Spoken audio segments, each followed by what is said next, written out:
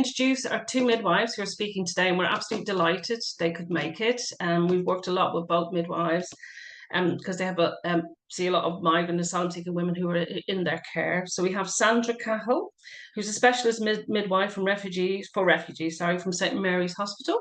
And we've got Patricia Gay, who's an enhanced care midwife from North Manchester Hospital. So we're delighted that they're going to say, give a little presentation on the types of issues that they see for the women in their care. So go ahead. You're both on mute. Hi everyone. I hope you can hear me okay.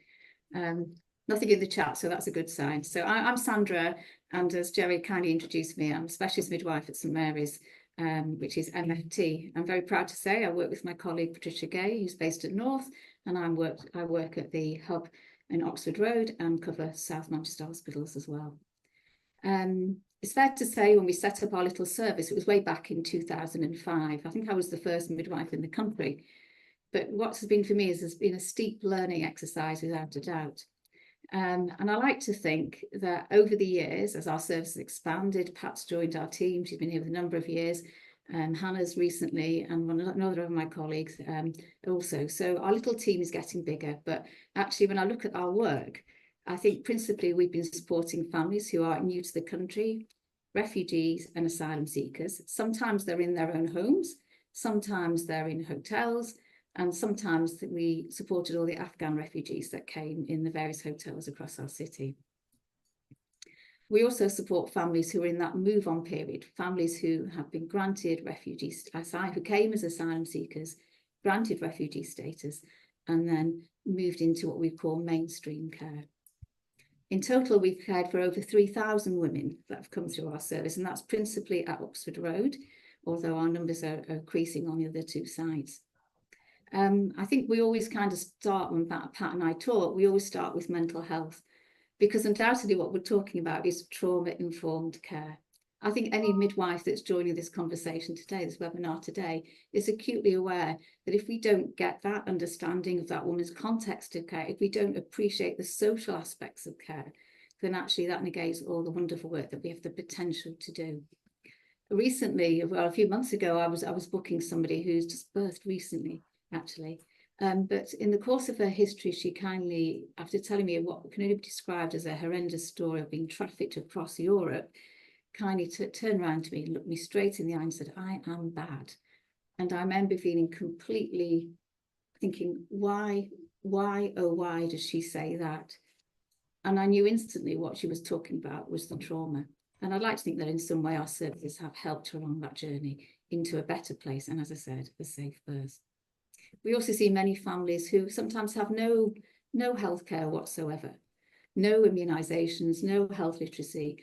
That is further compounded with language barriers and digital exclusion. We have people in hotels with diabetes. Only somebody we booked, again, fairly recently at a HbA1c of 56. Clearly, it was on the diabetes management pathway from day one. We have families who have TB. We had 2 babies recently had ventricular megaly that need a proper follow-up with our fetal management unit. We have 2 women currently, one who arrived at 36 weeks pregnant with MS. I think perhaps she arrived late because she'd just come from, she was Palestinian, had just arrived in our country. It's fair to say our team welcomed her without any doubt. I think as she settled into the hotel in the first few days, we were certainly finding each visit we went, there was another thing we learned about her previous history.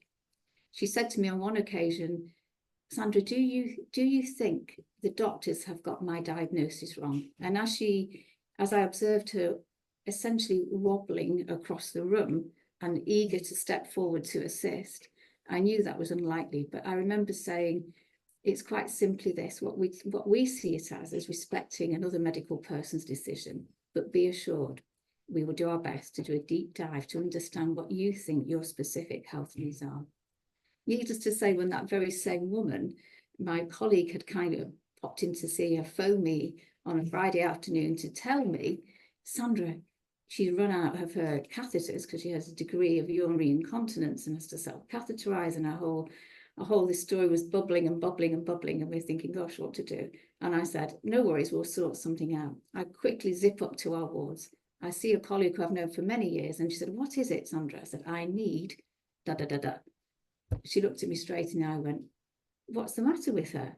I told her, I said, she's 36 weeks, small baby, just arrived, and she's got MS, and she's got no visible walking aids that I can see, but she does need this, this, and this.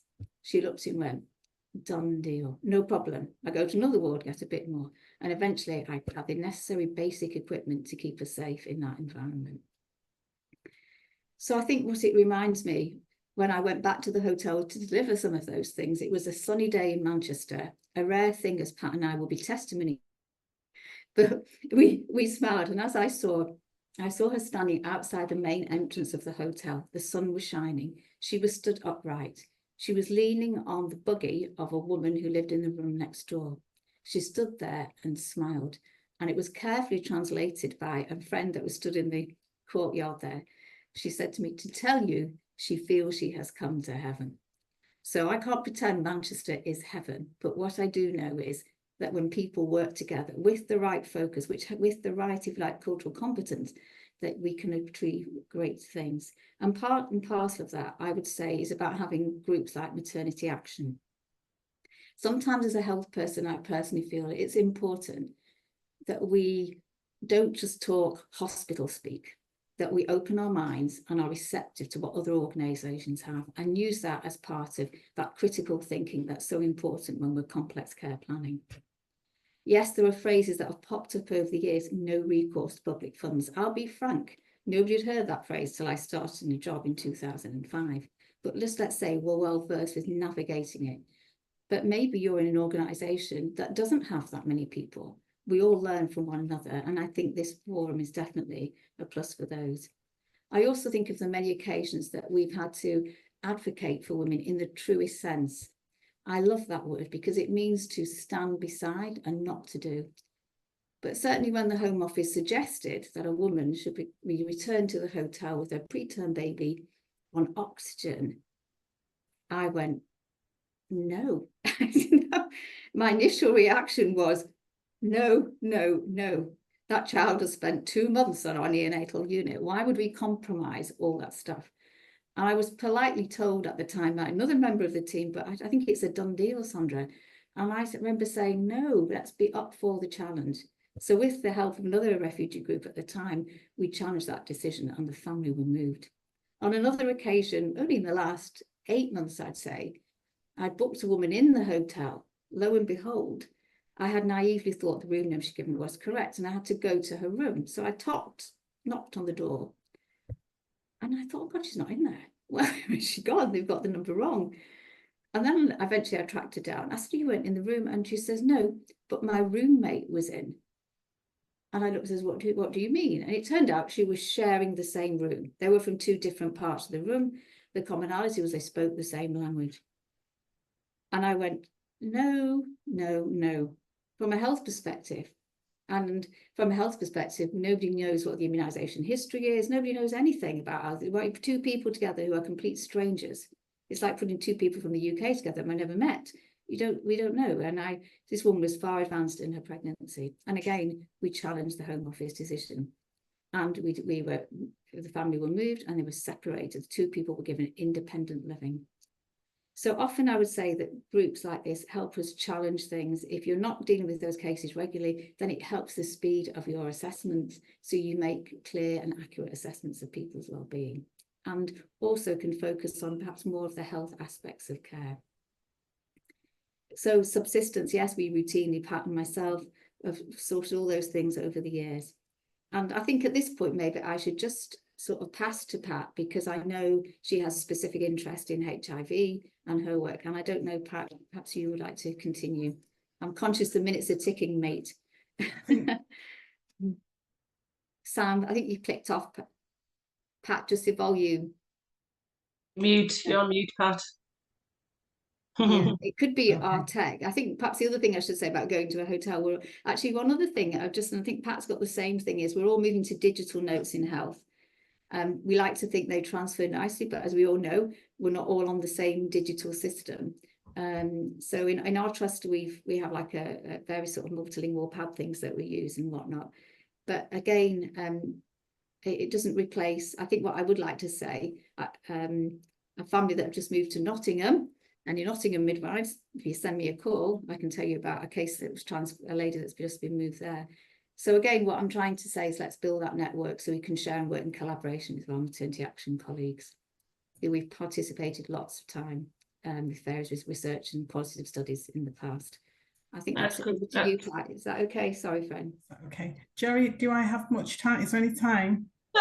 5 minutes, should we say? Is that okay? Yeah, that's fine. I timed it beautifully. Okay, so just quickly, the ladies, I think Sandra has done, thank you very much, an excellent introduction to the service and what goes on. So mainly I'm just going to cover what challenges the women seem to come up against time and time again. So one of them is actually basic things that we take for granted. So the language barrier is huge. The language barrier stops people doing things that we take for granted.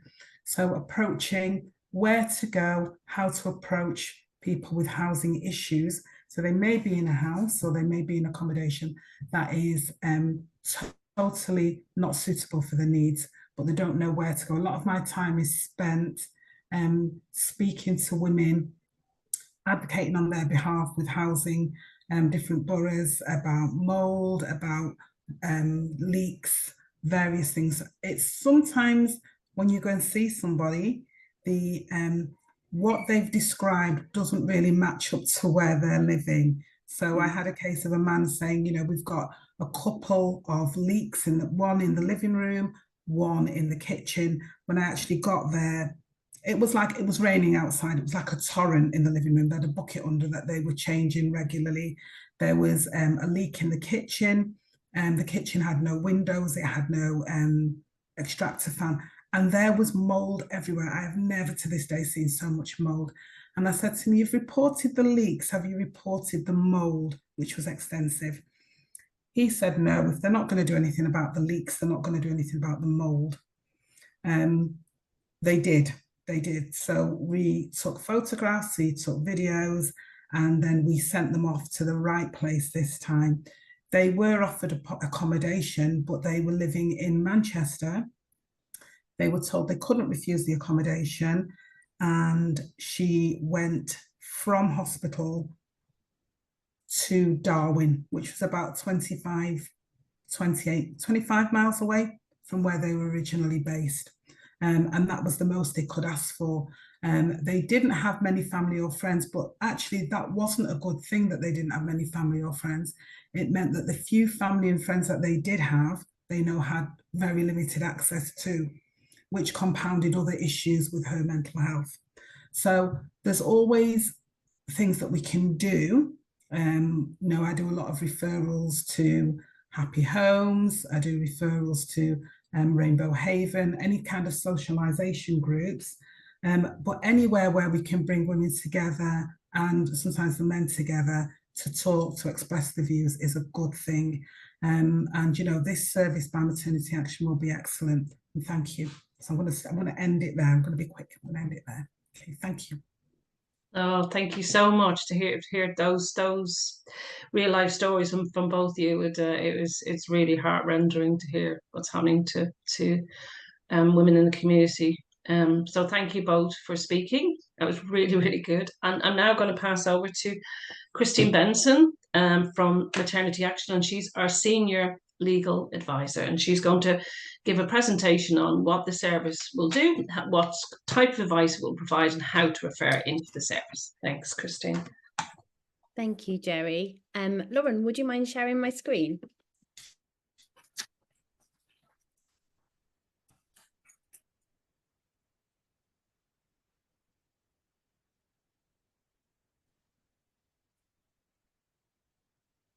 Thank you. That's it. And so my name, as Jerry said, is Christine Benson. I'm a solicitor and my background is asylum and refugee law.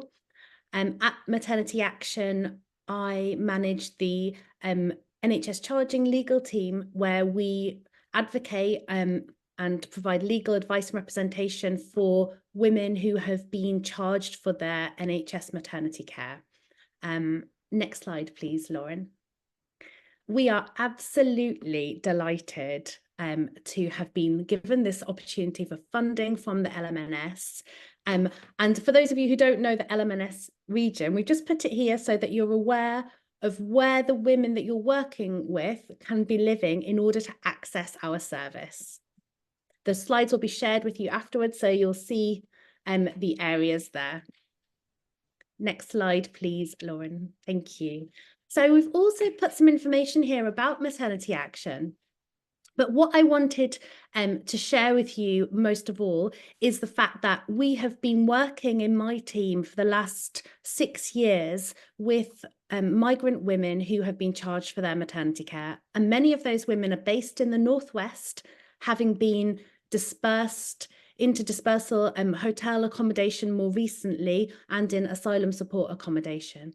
And the remit of our work thus far has been focused on NHS charging, and we're just delighted that we've now got this project where we're able to represent and advocate for women who are in the types of accommodation Patricia and Sandra spoke about. So we are a specialist advice service. We're a team of solicitors, and we also have caseworkers and outreach workers who will be delivering the advice in the Northwest. Next slide, please, Lauren. We also provide advice about employment rights in pregnancy and on maternity leave, social security advice. We have an employment casework service.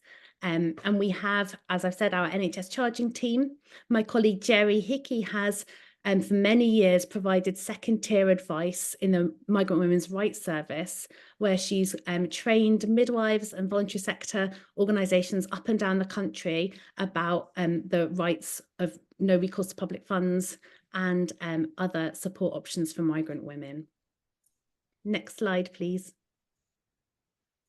So this is the first time Maternity Action has delivered frontline advice and casework in relation to asylum support. However, we have a long history of advocating for better asylum support provisions for women, and we've been involved in strategic litigation in relation to inappropriate asylum support provisions for pregnant women and new mothers. So this is a brilliant opportunity for us to be delivering the frontline work, but also to be taking those cases, preparing policy reports, being involved in litigation, because as well as changing the case for the individual woman, we are committed to changing the systemic problems of asylum support for pregnant women. So we'll have a dedicated phone line, which women and advisors can be using. We also have an online referral system. So you can just put in the details, woman's detail or your details there. And we'll have a casework service. So we'll be trying to take away some of the work that Patricia and Sandra are having to do, which takes them away from their clinical midwifery work and do the advocacy that women need. So we'll be working alongside voluntary sector organisations. We're happy to receive referrals from anyone in the LMNS region. Next slide, please, Lauren. And this is the type of work that we anticipate we'll be doing. However, we know whenever we set up an advice service that we have to be responsive to women's needs. So these are just some examples of the types of work. We're thinking that we'll be helping women apply for asylum support, make complaints about their housing provisions, advice on support options for migrant women, advice for women who have no recourse to public funds, advice on the maternity provisions, what maternity grants are available and what are the other payments available for migrant and asylum seeking pregnant women. We'll be looking in more detail about the systems and the situation for women in the hotels. And we're already linked up with DPG solicitors, a public law firm who are keen to challenge any systemic issues and individual issues for women that are unable to be resolved directly through us. And we'll be supporting migrant and asylum seeking women who are experiencing domestic abuse. And additionally, we have the NHS charging advice as part of the service already. Next slide, please, Lauren.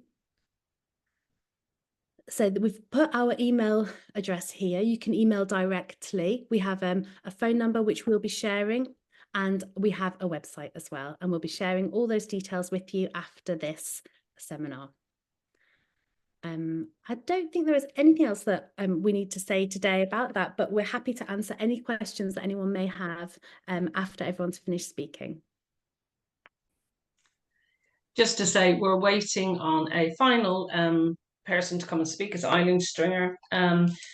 And she's due in about 12:30 because I know she had another meeting. So as soon as she comes in, we'll let her present. In the meantime, for the next 6 minutes, if anyone has got any questions you want to put in the chat about the service or what you've heard today, we can do that in the meantime while we wait for Eileen to join us, if that's okay.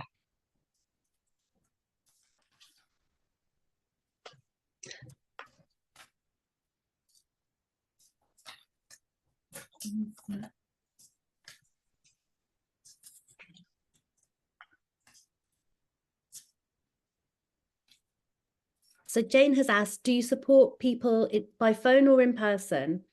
So we anticipate that there will be both options. So we have a phone line, but our colleagues will be going into outreach, into children's centres, into maternity units to speak to women directly there. So I think Francis, your hand is raised. My colleague will. We did have to, on a short notice, we had to change it into a webinar. So it's a different format than a meeting, which we had to do because of, far more people signed up than we expected to. So yeah, and it's easier to mute people that way and keep background noise to a minimum. Francis, you can speak now if you'd like to ask your question, or we can go to Amanda. She's also got her hand raised. Francis? Okay, Amanda, if you'd like, I'm just going to unmute you now if you'd like to speak.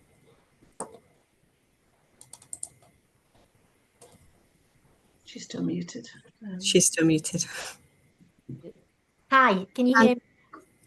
Hi, Yeah. thank you. I was just trying to type a message and then I thought I can't spell reminisce. And I was going to say, can I have a quick reminisce? Because I just wanted to share with you Sandra and I and Pat, I've worked with Sandra and Pat for decades, I think it probably is now. And one case that has stuck in my mind for, must be, I don't know, 10, 15 years ago. I can't remember the specifics, but it was a young woman from East Africa. She was 18. She came to our drop-in. Sorry, I worked for a project called the Rainbow Haven. And this young woman was 36 weeks plus, I think, pregnant. And my colleague and I asked her, what's your plan? She was new arrival to the country. What do you know to do when you start to go into labour? And she looked at us, Seaside, my colleague, translated, and she said, I'll sit on a bucket. And that was the planning. This was presumably how women in her part of East Africa birthed. And she had absolutely no clue of services, within an hour, she was under Sandra's care. But I thought, how frightening for this young woman in a new country, about to have a baby, no support, and that's how she thought she was going to have to deliver her baby. Yeah, I just wanted to share that with you. Well, I say thank you for the referral. I think also from the health perspective, Amanda, I think what I've always found is that responsive. We phone and the answer is always yes. And also, I've worked with lots of other organisations where the referrals nearly takes as long as the pregnancy to complete. So yeah, so I think your open door approach certainly makes sure that the open door is there for certainly our clients in Manchester. So thank you to you and your team, without any doubt. Teamwork makes the dream work, as they say. Teamwork. We have a question from Vicky from Safety for Sisters. We will be doing some. It is confined to Greater Manchester and East Cheshire, so it's not a national service. So it is, as Christine, I don't know, you'll get the presentation point. This all the different boroughs in Greater Manchester and East Cheshire. And we will do some work around those experiencing domestic violence. We know that Home Office policy around that doesn't always work the way it should do. And also we'll be providing advice for women who've got no recourse to public funds, and they'll limit, although limited, the options for that group if they're experiencing domestic violence. We also work closely with Rights of Women, so we can always do referrals where relevant and where needed. So I hope that answers your question, Vicky, and nice to hear from you.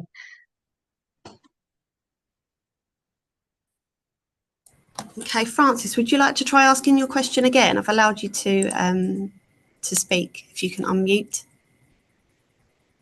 No? Okay, so we had Eunice. Eunice, did you want to ask a question? Yeah, okay. Off you go. You must unmute though. Hello, can you hear me? Yeah. Oh, hi. Good to see you. Thank you very much for this session. And I want to say that it's a great privilege to have this on board, because Gary will bear witness that we've been through a lot with the women that we support, going through pregnancy, and who are asylum-seeking women, and it's been a difficult journey for them. And it's not their fault to seek asylum, and it's not their fault to get pregnant, it's by nature. But the things that they've been through hell. But I'm so happy that you put all these together and you've listened to their voices of all the things that they've been through, and you've come up with support system for these women, which is very, very great. And it will help us as well with the, support workers supporting these women. And I'm very, very happy to see this today. Thank you very much for putting up this. I have a question. I just want to ask, do you support women whose cases have been refused by the Home Office? Because we have women who, they're even scared to speak up, what they don't even know the support system in place. So I just want to find out, do you support these women to get the right support that they need? Absolutely. So the service will encompass any woman who is a refused asylum seeker as well. Oh, Yeah, and I would just like to say, from an MFT point of view, yes, we do support families. We operate, if that's the phrase, on a principle of care first. right. It's as simple as that. We would never turn anybody away. Thank you very much. Okay, thank you. So I'll look forward to the link for the referral and the contact details, please. Thank you.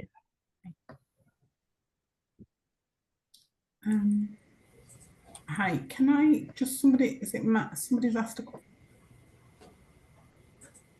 Yeah, there's Francis has written a question, and Sandra, it might be most appropriate for your thoughts on this. Yeah, Pat and Sandra, we know that the OVM team in St Mary's MFT pass out inappropriate, you may be charged leaflet, which puts people off.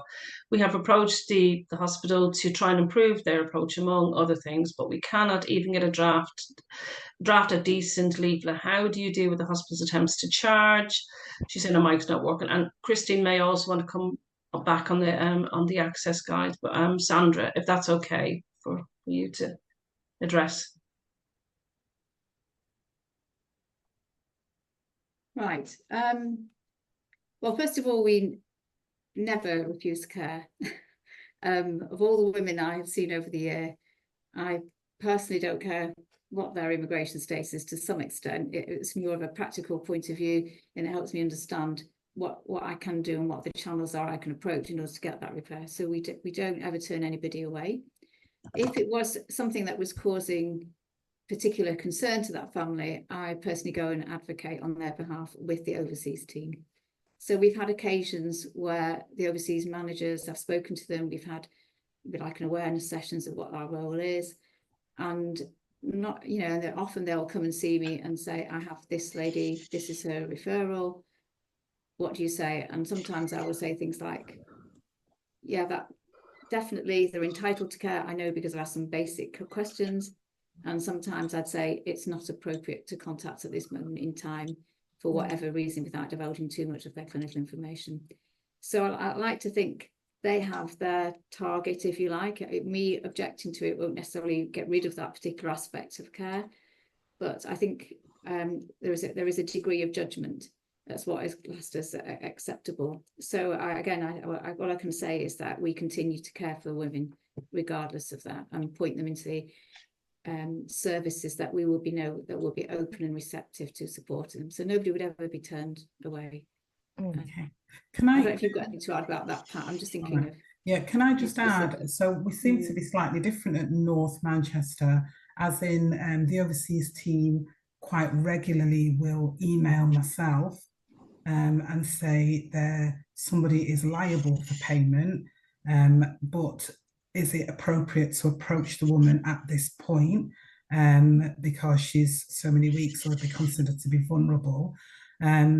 There is that, and I will support the women. So generally when I see a woman for the first time, depending on the situation, we'll discuss the overseas team briefly and say, if you receive a letter, do not panic, contact me first and we will go on from there. Because what I don't want is somebody falling out of care because they're worried about payment, which, you know, people have considered doing, not accessing care because they're scared of a big bill afterwards. So I spend a lot of time reassuring women that actually their care is at the forefront, the care of themselves and the baby is at the forefront, and then we will work our way around everything else. Either sometimes support is just being there physically by the side of them while we're making phone calls or referring on where they can get more appropriate advice. I think that's the same across the whole footprint, really. Across, as I said, we do advocate on behalf, That's great, and maybe Christian, you could come back to that. But Eileen is here now with us, and I'd like to hand over to Eileen. Eileen Stringer is a clinical lead midwife for Greater Manchester and East Cheshire and the local maternity and neonatal system. And I know we have your slides, Eileen. Would you like my colleague to start sharing? Yes, please. Yeah. Hello, everybody. Hello, Eileen. You're welcome. Yeah. Nice to be here. And we'll come back to questions, and maybe Christine can follow up on that issue about the charging as well if you wanted to, Christine. Many thanks. Thank you. So if we can just move on to the first slide, please. So I just wanted to give a little bit of background. Some of you will be familiar with this, but for those of you that are not, I've been a clinical lead midwife for the Greater Manchester and Eastern Cheshire Strategic Clinical Network for approximately 7 years now, and also work for the local maternity and neonatal system. And as part of the work that I do as clinical lead midwife was to look at our equity and equality work, and we started back in 2021 looking at our demographics, our local population, looking at the gaps, the outcomes according to different groups. And on the back of that, we produced a 5-year action plan to improve health inequalities, and that's just a snapshot of the plan that we produced. It's quite a comprehensive plan, and we are in the 2nd year of implementing it. So if we just move on to the next slide, please. So I think it's worth just revisiting what we wanted to aim for as part of developing this plan, and our overarching aims within Greater Manchester and Eastern Cheshire is that it's a place where everyone can live a good life, that they grow up, they get on, they grow old, and they do so in an environment that's greener, fairer and more prosperous. So that's the overarching aim and mission for GM. But on the back of that, as part of our plan, we also wanted to focus primarily on the maternity outcomes and the experiences of those women and people using our services in GMEC who face inequality on the basis of their circumstances. And this, you know, in particular, what we're talking about today certainly fits that paradigm. If we just move on to the next slide, please. So again, some of you will be familiar with this, but in recent confidential inquiry reports into maternal and neonatal deaths, so that's our Embrace UK body, the recent reports show a stark difference in terms of outcomes for women and babies, particularly from Black, Asian and mixed ethnic groups, and particularly those living in the most deprived areas. And what we've seen recently is that those characteristics are more and more being looked at in tandem. And what we're finding is that a lot of the women from minority ethnic groups who are using our services are more likely to live in deprivation. And we've certainly got providers within the GM footprint who have up to 70% of women using their maternity services who fit that category. And certainly in terms of some of our other providers, such as Manchester, Stockport, they have a large contingent of asylum seeking and refugee women in their areas. And obviously some of the specialist midwives that are present today are very well versed in caring for those groups. And you can appreciate that, you know, not only are the outcomes poorer because of the ethnicity and deprivation, but it's compounded by the additional challenges that migration and the process of seeking asylum can bring. And therefore, you know, we felt particularly strongly when we were developing our action plan, we felt compelled to focus on these groups in particular. Next slide, please. So this is just a snapshot from the plan with a number of actions that we wanted to put in place across the 5-year period that will hopefully improve the outcome measures, the experience, the health inequalities associated with these groups in particular. We know from the analysis that we did starting back in 2021 that we have a growing and larger average of asylum seeking population than the rest of the Northwest. And that has increased since we did that piece of work back in 2021. We also know that our maternity services are adding more and more resources into the caring for this population. And part of that is being able to discuss with women and families what their needs are and how to respond to those needs. And I'm sure the specialist midwives will agree that can take a considerable amount of time over and above the clinical demands that are always present. In terms of the offer for one of our particular actions, we wanted to look at how we could improve information and provide support to this group of women and families in relation to their social needs, and utilise not only our clinical providers, but also our voluntary organisations and other bodies such as Maternity Action, who would be able to support us in some of this work, so that we're not expecting midwives to be the be all and end all, that they are the font of all knowledge in terms of supporting families, that we're able to signpost to, as I just caught the end of what Sandra was saying, you know, bodies that can provide support and information in a sympathetic and empathetic way to these families who are already going through so much. Next slide, please. That's the end of it. It was just really to give you a little bit of background as to why we've commissioned this piece of work, how important we feel it is, and that I really believe that this work will enhance the work of our specialist midwives who do such a fantastic job already, but will really support them in what they're doing.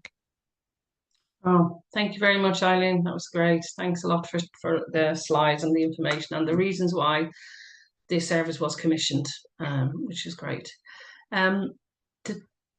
We had a sort of hangover question, I think, a leftover hangover on the charging. Did you want to say anything, Christine, about the service? So Francis, you asked about, I think you asked Patricia and Sandra about women being deterred from care because of receiving letters from the overseas visitor teams. And then I think you said it was particularly about other types of care. So we're really interested in this because it's actually a big part of the work that we do already in our team, is encouraging women to attend care and explaining the charging system and explaining that we will be there afterwards, after they give birth. When they get their final invoice, we can deal with it. And whatever happens, however much the invoice is, there's always something that can be done afterwards. And that's a big part of our work, not only for the woman when she's accessing her maternity care, but then we also know that women can be reluctant to take their children and their babies for immunizations if they think they're going to be charged for those. Even though we know that primary care is free, it's not obvious from the letters they get from the overseas visitor teams. So that is a big part of the work that we do already, and we will definitely be doing alongside this project as well. And then I think, Frances, you also asked about whether we're linked with Greater Manchester Law Centre, GMIU. Jerry, do you want to speak to that?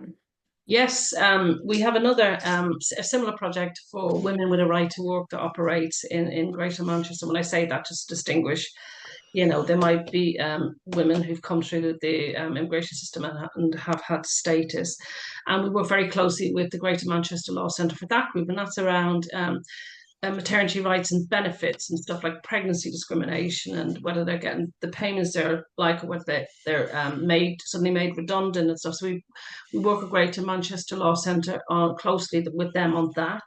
And GMIU, yes, we're linked in closely with GMIU, and often we will refer women if they have capacity, because I know they're very overstretched in this area. But we're very well aware of most of the organisations on the ground in the Greater Manchester, less so in the East Cheshire, but we'll build up knowledge of that. So yeah, we are plugged into those services very much.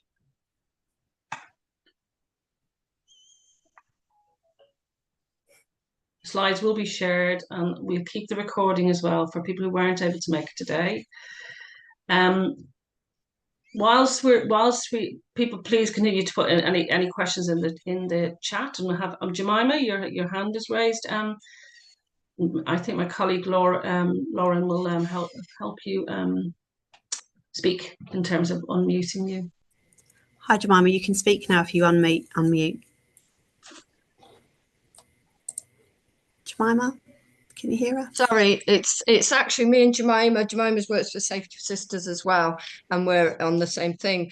I just wanted to, because obviously we see quite a lot of women who are pregnant and homeless because of no recourse public funds, and it's extremely difficult because we cover the Northwest, but generally we cover Greater Manchester, and there is huge differences between social services taking responsibility for women that are pregnant. So some will take women at 28 weeks, others will say no, not until, I feel this is unbelievable, but they won't support a woman into housing until she's actually had the baby. And there needs to be a consistent policy. And I actually think it should be once she's pregnant, because there's so much research, and I'm telling you all know this, but into the trauma. Just switch off. Yeah, thanks. So the trauma that is passed on when the woman is completely stressed and she's pregnant. It's trauma that's passed on to the baby, and we have so many examples of women being, we take women into the bed and breakfast, and then she gets moved, and then we battle with social services, and all that trauma is while she's pregnant. And for one woman, it lasted until there was debates going on after she'd given birth, and it's completely unacceptable. Which I know you all agree with, but I just wanted to make the point: if it's a Greater Manchester-wide service, then there is lots of room to work with the local authorities on that basis of agreeing when they can house a woman that's homeless. Because obviously, if they're no recourse public fund and they're single, the local authority officially doesn't have a duty, so they try and count them as single as long as possible. That's our experience, sadly. same as ours. And we work closely with Project 17, who are really interested in taking up these individual cases and working with public law solicitors to litigate this. We did go through we went through the Great Manchester Law Centre in the end to challenge it, but you know, meanwhile she's still homeless, so while all those challenges are going on. But yeah, that's Vicky, isn't it? Just to say, Vicky, occasionally we have got a community care solicitor involved, and women who are in there who are not refused asylum seeking women, so can't get back into Section 4 support in the late stages of pregnancy, but where there's a complexity in the pregnancy, and often these women will, that even if she wished to, she couldn't undertake international travel, and that's kind of what it rests on. So the community care solicitors have in a couple of cases have challenged it on that ground that she's unfit to fly, so she cannot leave even if she wanted to. Not that the woman wants to leave, but to try and get her into support that way. But these are difficult cases. But I think what you're saying is that on a policy level, that maybe some work can be done around this issue. And it's worth looking at, you know, what collectively we could do potentially in this area. Yeah, well, we'd be happy to work with you on that. Yeah. Great, got that. We have a question in the Q&A. When can we start referring people into this service? Today. We'll send out the leaflet with the thing, and so we've got a mobile phone number, and you can do, there's an online referral system. So yeah, we have actually seen cases already in the Greater Manchester and East Cheshire. I think we've had 5 so far, and we barely launched. So yes. We expect it to be, you know, take up to be good.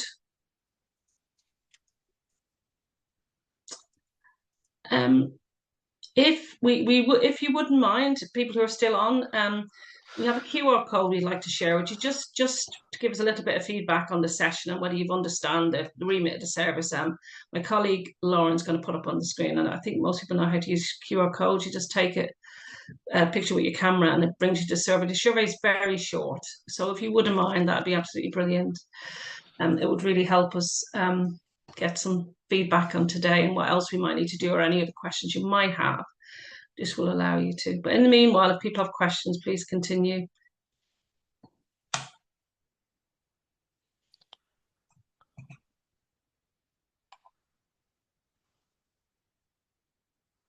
Yeah, Julia. Hi, Julia. I think we answered that question. You can start referring straight away.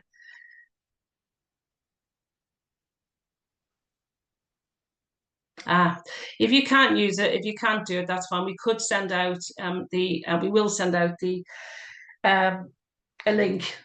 We can do that. We can send out a link to those who attended today to give feedback, because you're right, you need a smartphone.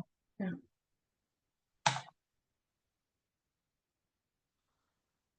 Sandra and Patricia, there's a question I think that's coming for you from Becky. She says, in your professional opinion, do you think the women you serve will be too distressed to engage with other perinatal mental health or parent-infant relationship services? So I think you have to take it by case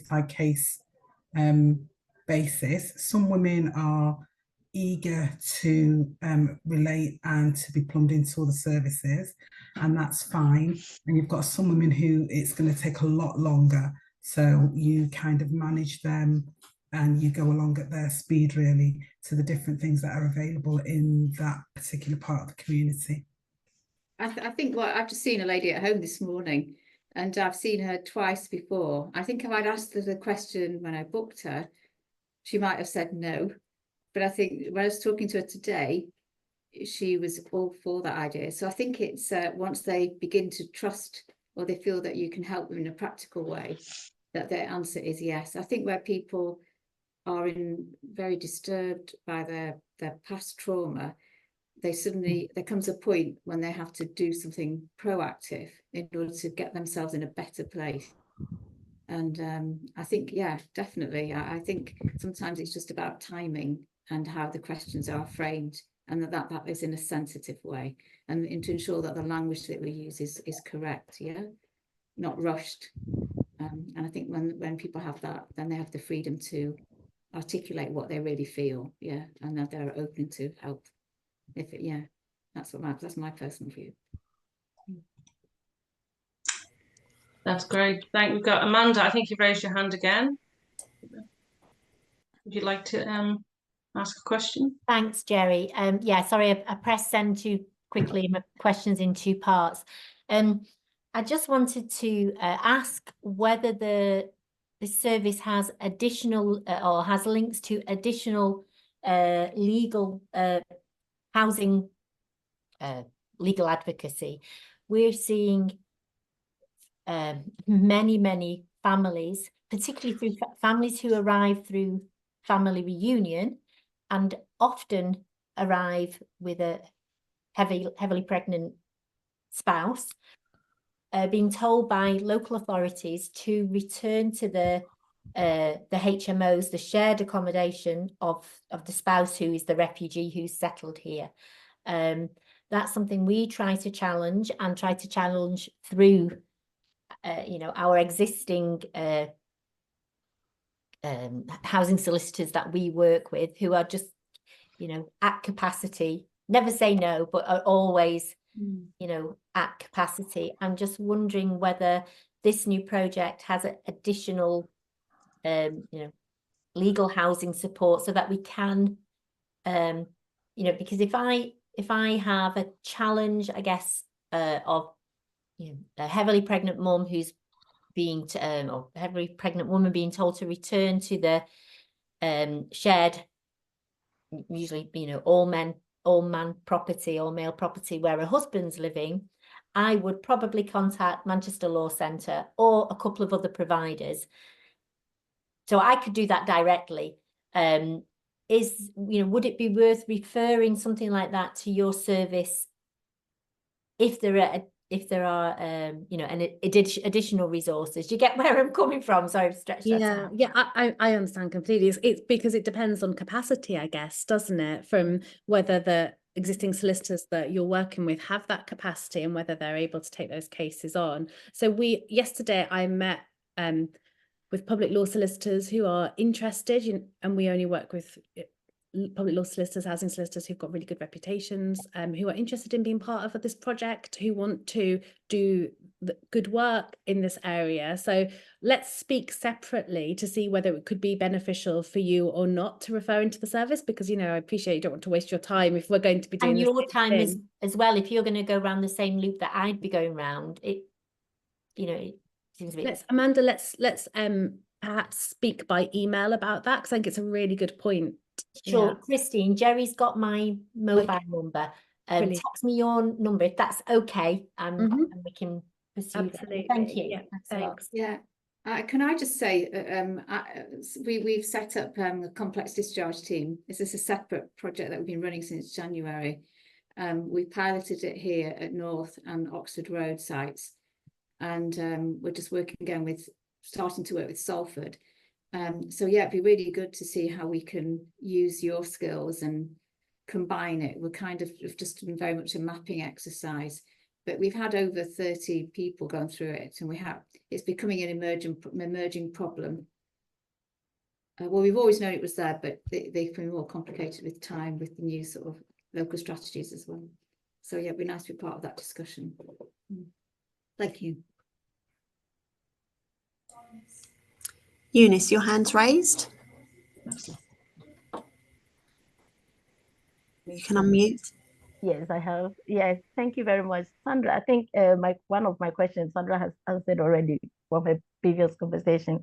But I want to ask regarding the information shared. So how will the women get the information? So like for our network, if a woman was in as an asylum seeker, we know that we can refer the woman. So a woman who is alone, that doesn't belong to any organization, and then how would they get the information out there? Because due to fear, some of the asylum seeking women, they are scared to even open up when it comes to antenatal, to speak to the nurses or to anyone they are seeing. So how would they get the information in terms of language barriers and other stuff? So how would this be shared with the women, please? Yeah, Yeah, shall I start, Pat? Yeah, so we kind of operate, as I said, open door. They can self-refer if they're anyone can self-refer on the portal system to MFT. We also have within our MFT app a translation facility, but again, I realise that might depend on literacy and that. So we tend to give a little walk around that system, and we have various literature that we use to back up and assist us in clinical practice. We do have access to interpreters 24/7. Predominantly that would be the telephone, but on a case by case, we would order face-to-face interpreters if that felt that with the sensitivity and the information that was necessary to be gleaned would be preferable in that way. So if somebody is no recourse public fund, homeless, whatever, then yeah, I'm happy if they come. I'm sure Pat opposite there, it's the same principle. If they come here to St Mary's, somebody at the desk will take their details and we will add them on system. I think it's fair to say we wouldn't turn anybody away in that scenario where there's a health concern. And I know Pat and I are of that opinion. So we have all our stuff on the website. Yeah, I predominantly work Monday to Friday like Pat, so I agree, Saturday, Sunday. But then again, what we would say is to present our triage, particularly if it's a pregnancy concern. If you've not got an NHS number, GP, it doesn't matter. If you feel you've got a pregnancy concern, then you present at our unit. The door is open. We would much prefer to treat and see and support. Yeah, I hope that answers that, Eunice, but yeah. Thank you. No problem. Thank you, Eunice. Thank you. And we did have Jane, but she's lowered her hand. So any more questions? Jane, you're back. Okay, unmute.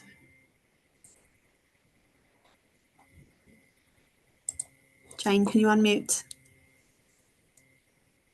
Unmute. There you go. Is that better? Yeah. Great. Yeah, I'm not used to Zoom. Just if I could speak to Amanda outside the meeting around Rainbow Haven, if that's possible. I work in Stockport. I've got a question. And you said you'd pass my details on to Amanda, so thanks very much for that. Wait, has somebody text that? How's that? Yeah. Oh, you can't hear me. Certainly, Jane. We can hear. Yeah. Can you hear me? Sorry. Hi, certainly, Jane. Yes.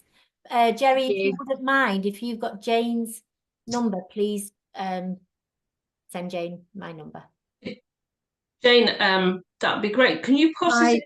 I can just write it on the thing now, can't I? Yes, you can. I have just put my email address, my work email address, in the chat, but Okay. So either way, that would be fine, Amanda. Thank you.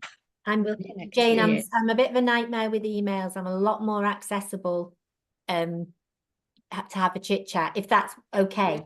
Absolutely, fine. Do you want to pop your mobile then, if you're happy with that? Doing it. I don't work Fridays, but yes, anyone. Lovely. And if I don't answer, drop me a text and I'll call you back. Blast off. Great. Thanks, Amanda. Thank you. Appreciate it. Yeah, that's lovely. I think we're at 1 o'clock now. Oh, 2 minutes past. So thank you everybody for staying the course. And I hope, as I said, we'll send out the slides and the recording for people who weren't able to attend. Everybody was signed up via Eventbrite. And thanks very much to all the speakers, to Eileen, to Sandra, to Patricia, and to my colleague, Christine. And also for all our help, Lauren. Thank you very much as well. So, yeah. So have a good afternoon, everybody.